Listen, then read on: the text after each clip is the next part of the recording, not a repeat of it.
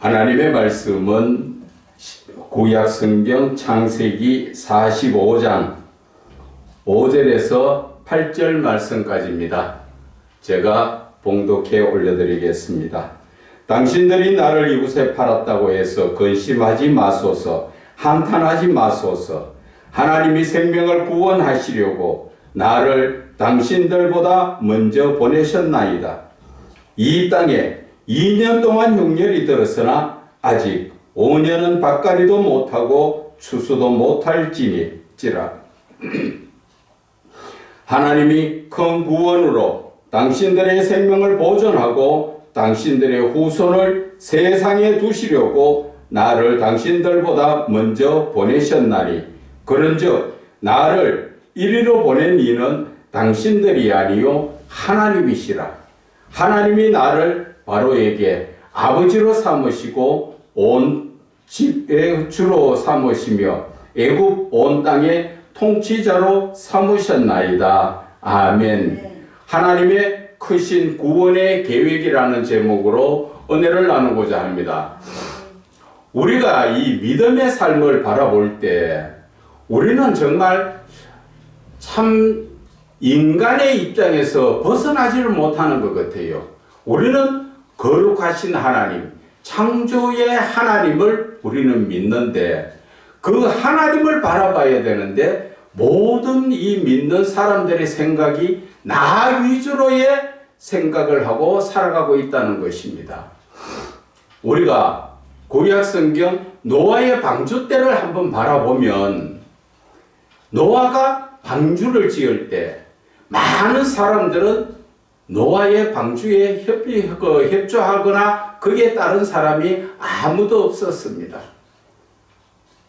그 시절에 많은 사람들이 그저 세상을 따라 부어라 마셔라 쾌락과 음란에 빠져 살다가 어느 순간에 홍수로 인해서 구원받은 자는 노아의 가족들 뿐이지요.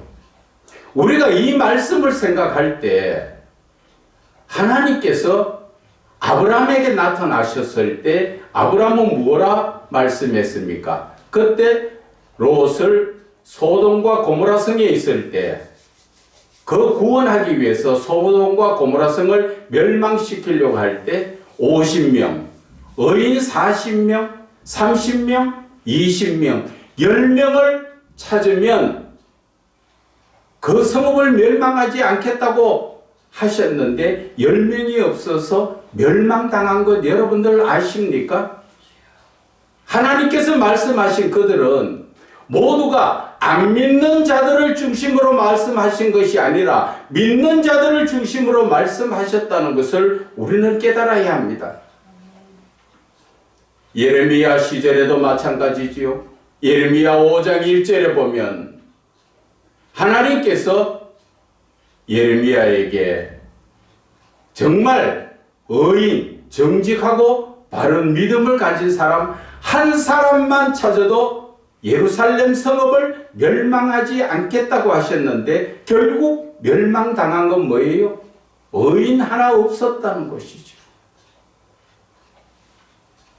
안 믿는 사람 속에 의인을 찾은 게 아니라 믿는 사람 가운데 의인을 찾았지만 결국 한 사람도 찾지 못해서 멸망당했다는 것을 말씀을 드립니다. 그래서 우리가 신약시대에 예수님께서 누가복음 18장 7절에 뭐라 말씀하셨습니까? 인자가 올 때 세상에서 믿음을 보겠느냐 말씀하셨지요. 누구에게 말씀하셨습니까? 믿는 우리들에게 너희들 중에 정말 하나님을 바르게 믿는 자가 볼 수 있겠느냐 하는 것이었습니다. 오늘날 저와 여러분들이 찔림받는 말씀 아닙니까? 어떤 가끔 저의 영상을 듣고 말씀을 듣는 한 분이 저한테 말씀하시는 것이 직접적으로 말씀하지 않았지만 다른 사람을 통해서 신 목사는 늘 치는 소리만 하고 앉았다. 치는 소리가 아니에요. 정말 이 시대에 이 말씀을 듣고 정신 차려서 저와 여러분이 하나님 앞에 온전히 서자. 그 의미에서 말씀드리지. 제가 여러분들한테 무슨 감정이 있습니까? 제가 무엇을 여러분들한테 달라한 것이 있습니까? 빼앗긴 것이 있습니까? 저와 여러분하고는 하나님 사랑 외에는 아무것도 없어요. 하나님의 사랑으로 한 영혼이라도 더 하나님의 뜻이 뭡니까? 구원하시기 위해서 오래 참고 기다리시는 그 하나님 뜻에 우리는 하나가 되기 위해서 좀 귀에 거슬리는 말씀을 드릴 때 나를 친다가 아니라 저 말씀을 왜 하셨을까 하면서 내 자신을 돌아볼 줄 알아야 되는 것입니다. 내 자신의 믿음이 정말 하나님께서 지금 이 시간 부르면 내가 천국 갈 수 있는 믿음인가? 저는 그것을 깨우쳐 드리고 있는 것입니다. 아무리 주여 주여 하면서 남한테 헌신 봉사 많이 하고 많은 물질로 구제를 하고 도와줬다 할지라도 온전한 믿음에 서지 못하면 천국 갈 수 없다는 걸 아셔야 합니다. 저와 여러분이 예수 믿는 목적이 무엇입니까? 우리는 지옥 가지 않고 천국에서 하나님과 영원히 함께 살기 위한 거기에 소망을 두고 예수를 믿는 거 아니에요? 그런데 저와 여러분들이 지금 그렇게 천국 갈 자신이 있느냐는 것입니다. 천국 갈 수 있는 자신이 없는 사람들한테 오늘 제가 이 말씀은 찔림을 받고 참 내가 잘못됐구나 빨리 고치자 그 의미지. 제가 여러분들을 미워서 저하고 무슨 관계가 있어가 밉다고 제가 이런 설교를 합니까? 오늘 저와 여러분의 잘못된 믿음을 저는 지적을 하고 싶은 것입니다. 오늘 이 본문의 말씀은 요셉이 17살 때 라헬의 그렇게 귀한 아들이었잖아요. 그러다 보니까 너무나 많은 사랑을 받다 보니까 12형제 그 가운데서 미움을 혼자 다 사고 있었지요. 그래서 오늘 요셉을 통해서 저와 여러분들의 믿음을 보자는 것입니다. 하나님께서 요셉을 통했을 때 한창 꽃피고 즐거운 날씨 그 나이지요. 17살에. 그런데 그가 형제들의 시기 질투로 인해서 꿈을 꾼 것 이야기를 하는 바람에 또 아버지에게 너무 사랑받는 바람에 시기 질투로 인해서 결국은 죽을 뻔하다가 애굽에 팔려가게 되었지요.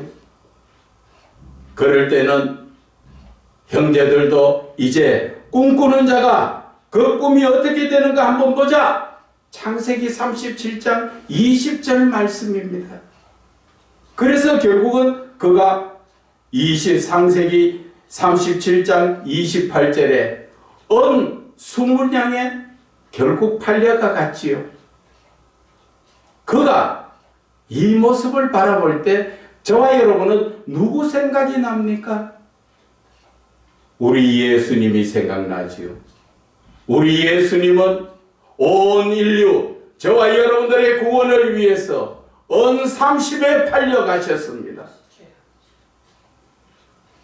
오늘 요셉은 형제들에게 은 20냥에 팔려가 갔지만 그가 잘못했습니까? 갔는 곳이 어디입니까? 보디발의 집이지요. 거기에서 종살이 했습니다. 그런데 우리가 저와 여러분의 입장에서 이 신앙적 삶을 바라보면 내가 예수 잘 믿었는데 왜 나에게는 이런 고난이 옵니까? 그렇게 말하는 분들이 생각외로 참 많습니다. 그것은 나의 입장에서만 바라보니까 사람의 입장에서 하나님을 바라보고 있다는 것이지요. 저는 오늘 말씀드리고 싶은 것은 하나님의 입장에서 나를 바라보는 것입니다. 이게 신앙이라는 것입니다. 내 입장에서 하나님을 바라보는 게 믿음이 아니라 하나님의 입장에서 나를 바라보는 그 하나님의 뜻을 찾는 것이 그게 믿음이라는 것이지요. 그렇지 못하다 보니까 저와 여러분은 늘 불평불만이지요. 요셉이 보드발의 집에서 뭘 했습니까? 종살이 할 동안에 성경에는 보면은 요셉이 하나님이 함께 하셨더라 그 말씀했지만 하나님이 함께 해도 요셉이 변한 게 뭐가 있습니까? 계속적으로 종살이 했지요. 그러나 한 가지 참 신기한 일은 요셉이 있는 보디발의 집에는 재산이 풍성하게 모든 것이 잘 하나님의 은혜가 넘쳤지요. 여기에서 저와 여러분은 한 가지를 세상적 삶에서 이 믿음의 삶에서 깨우쳐야 되는 것은 여러분들은 대부분 다 부모입니다. 그 부모가 자식 잘 되기를 다 생각들 하지요.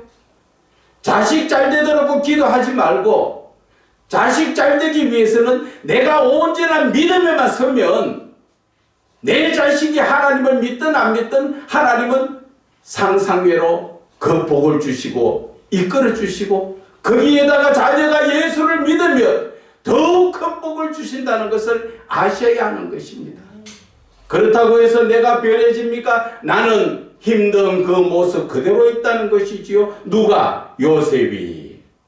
계속적으로 하나님은 함께 하시지만 그는 보디발의 집에서 종살이를 하고 있었지요. 거기에다가 보디발의 아내가 요셉을 보고 어떻게 했습니까? 그를 급간하려고 상관하자고 애타게 매달렸지만 요셉은 하나님이 계시는데 어떻게 그러한 죄를 지을 수 있느냐 하면서 도망가는 바람에 결국은 누명을 쓰고 어디에 갑니까? 보디발의 집 감옥에 가게 됐지요. 하나님이 함께 하시는데 왜 이제 좀 더 나은 길을 가지 않고 기껏 종살이에다가 가는 게 누명 쓰고 또 감옥에 가가 있을까요? 저와 여러분이라면 어떻게 생각하십니까, 여러분? 다 억울하다고, 다 답답하다고 난리를 쳤지요. 요셉도 마찬가지였습니다. 술 맡은 관원장의 꿈을 해석해주고 복직이 되거든 나를 기억해 주소서. 내가 여기에 있을 사람 아닙니다. 나는 죄 지은 거 없습니다. 그렇게 말했지만 그 술 맡은 관원장은 까마득히 잊어버립니다. 누구나가 다 이 세상 살면은 특히나 예수를 믿는 사람들은 나 중심으로 생각을 하기 때문에 내가 예수 믿으면 뭔가 더 잘 되기를 바라고 뭔가 풍성이 이루어지기를 바라고 그렇게 바라는 것 틀린 것도 아니에요. 맞지만 하나님이 하시는 일이 있다는 것이죠. 하나님은 누구를 택하셨습니까? 요셉을 택하셔가지고 17살 정말 좋은 그 날에 나이가 30세 되도록 13년 동안 그는 어둠 속에서 고생을 했지요. 아브라함이 75세에 하나님을 만나고 그리고 10년 후에 85세 그리고 하나님을 다시 만났을 때 뭐라 했습니까? 하나님은 자녀를 준다고 말씀하셨지만 그 가운데서 아브라함은 하나님의 말씀을 믿었지만 옆에서 죄를 범하게 하는 자가 누구지요? 여자, 바로 하와 같은 사라의 말을 듣고 하갈을 첩으로 받아서 이스마엘을 놓고 나니까 하나님께서 13년 동안 침묵하셨습니다.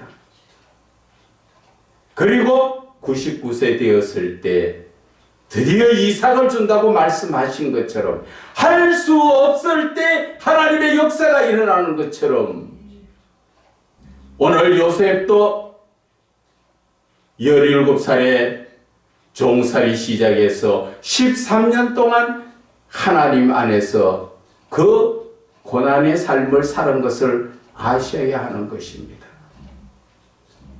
왜 그런 삶을 살았을까요? 결론적으로 말하면 하나님은 이스라엘 택한 백성들을 온 천하에 널리 퍼뜨리기 위해서 하나님의 계획이었다는 것이지요. 이스라엘 백성, 즉 요셉의 가족들을 다 구원하시기 위해서 요셉 한 사람 희생시키셨지요.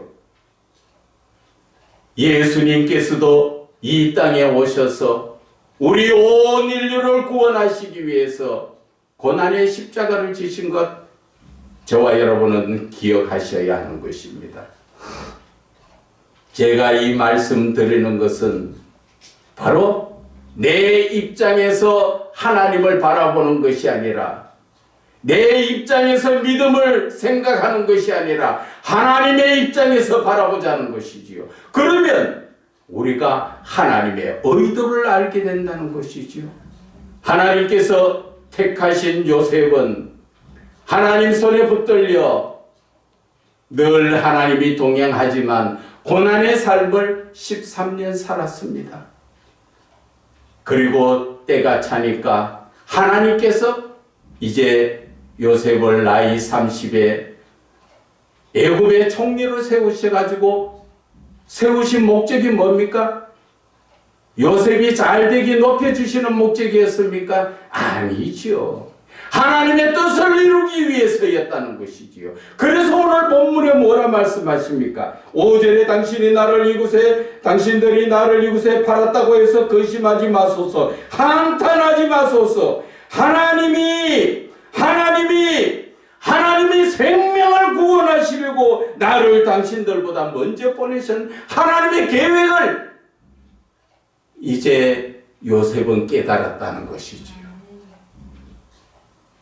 저와 여러분의 믿음의 삶도 마찬가지입니다. 왜 나만 겪는 고난이냐고 말씀할 필요가 없습니다. 이 고난의 삶은 예수를 믿는 자는 다 겪어야 됩니다. 우리가 모세를 바라봤을 때 이스라엘 백성들 광야 40년에 그 고난의 길을 통과를 했을 때 어디를 갑니까? 가나안 땅에 들어가지요. 그들을 광야 40년, 신명기 8장 2절에 광야 40년 고난의 길을 주신 것은 하나님 무엇 때문에? 저와 여러분의 교만을 꺾기 위해서. 그 교만은 무슨 교만입니까? 하나님의 말씀을 듣고도 불순종하는 그 교만을 꺾기 위해서 그 고난의 삶을 우리에게 주셨다는 것이지요. 그래서 광야 40년 길을 기억해라. 그 이유는 너를 낮추신다는 자체, 겸손한 것을 말하는데 그것은 바로 하나님의 말씀에 순종하게 하기 위해서 광야 40년이 필요한 것이었던 것입니다. 그래서 그 고난의 삶에서도 하나님은 두 번째 말씀하셨지요. 그 가운데서도 너희들이 내 말을 듣는지 안 듣는지, 저와 여러분이 이 고난의 삶에서 하나님의 말씀을 듣고 순종하는지 안 하는지, 요셉이 그 13년 동안의 종살이 하면서 하나님의 말씀을 듣는지 안 듣는지 하나님은 그것을 보시고 하나님이 때를 맞추신 것이지요. 여러분, 저와 여러분이 지금 언제나 믿음에 섰습니까? 믿음이라는 것은 한 번 더 말씀을 드리지만 내 입장에서 하나님을 보는 것이 아니라 하나님의 입장에서 우리를 생각해야 되는 것입니다. 그렇지 못하면 나는 예수를 잘 믿는 것고 나는 헌금을 잘 내고 헌신 봉사를 잘하는 것 같지만 심판대 앞에 설 수가 있다는 것을 아셔야 하는 것입니다.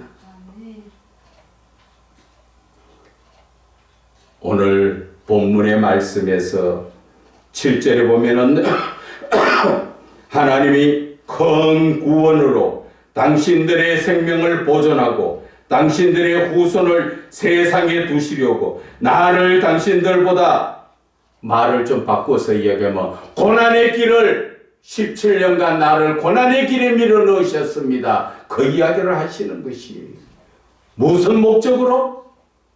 우리의 가족들을, 온 세상의 인류들을 구원하시기 위해서 예수 그리스도가 대신 그 십자가에 모진 고난을 당하신 것처럼 요셉이 가족들의 구원을 위해서 13년 동안 십자가를 졌는 것과 마찬가지의 고난이라는 것을 우리는 깨달아야 하는 것입니다.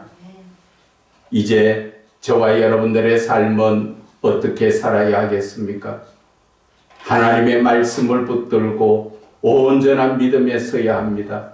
그렇지 못하면 우리는 그 고난의 과정을 거치지 않으면 늘 우리는 불평불만만 나오고 온전히 하나님의 사람으로 만들어지지 않습니다.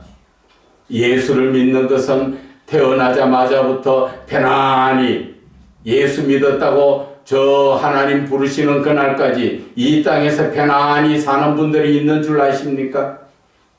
누구든지 다 고난의 길을 다 통과해야 됩니다.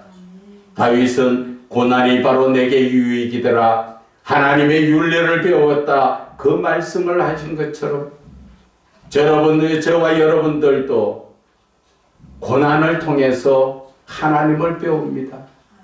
그것이 바로 누가복음 15장에 아버지와 두 아들이 있을 때 둘째 아들이 아버지의 재산을 다 팔아서 외국에 나가 허랑방탕하게 살다가 다 날려먹고 나니까 먹을 게 없을 때 자기 생각에는 친구를 통하여서 돼지를 치면 돼지 지엽 열매라도 먹을 수 배불리 안 먹겠냐 하고 갔지만 그 돼지의 지엽 열매도 제대로 먹지 못하여서 그때 누구를 생각합니까?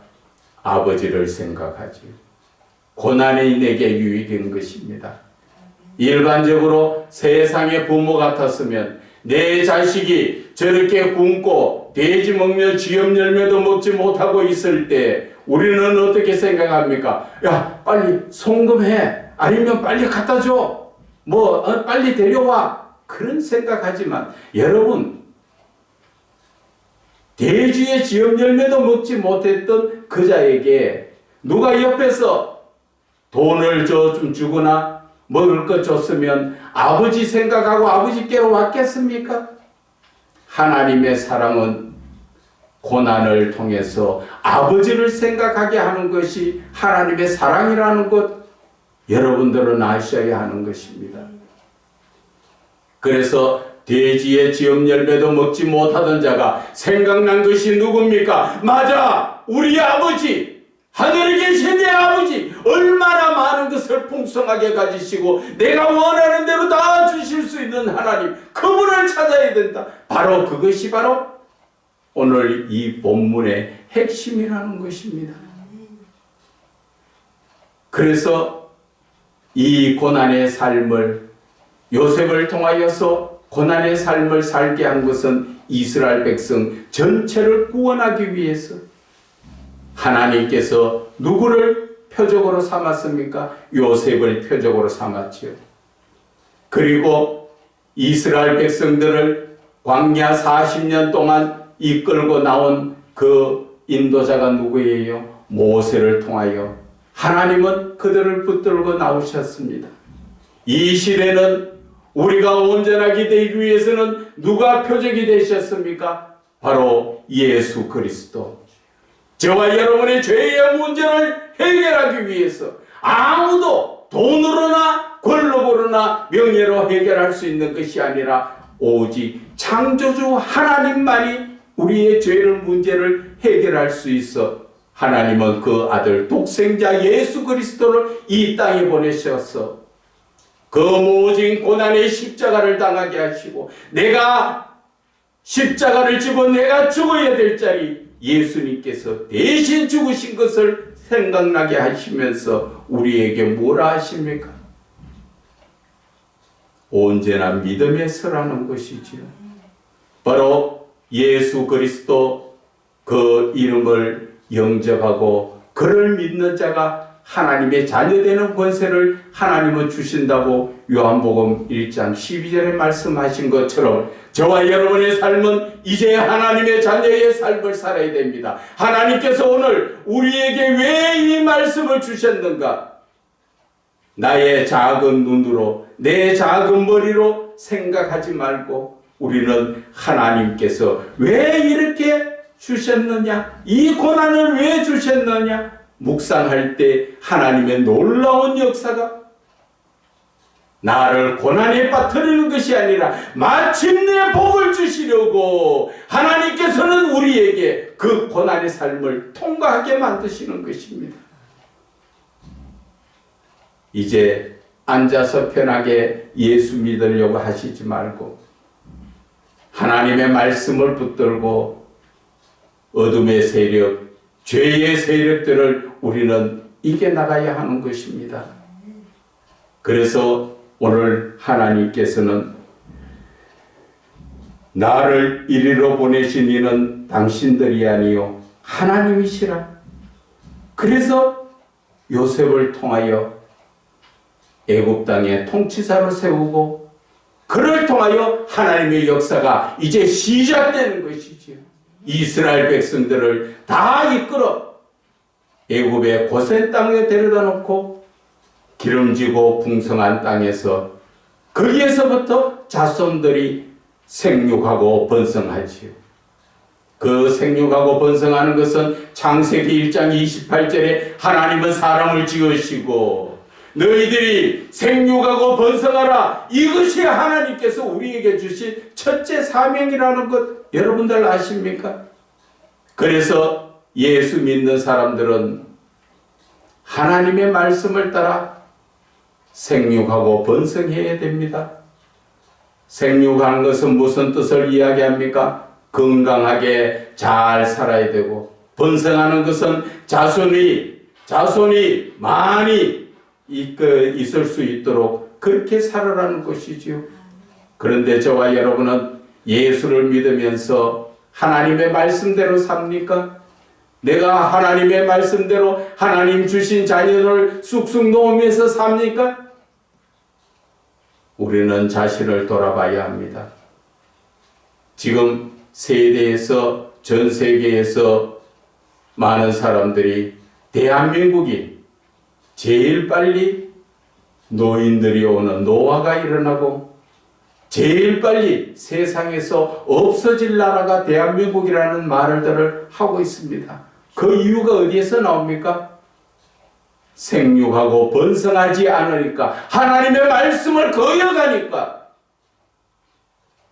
그러한 삶이 된다는 것을 우리는 깨달아야 하는 것입니다.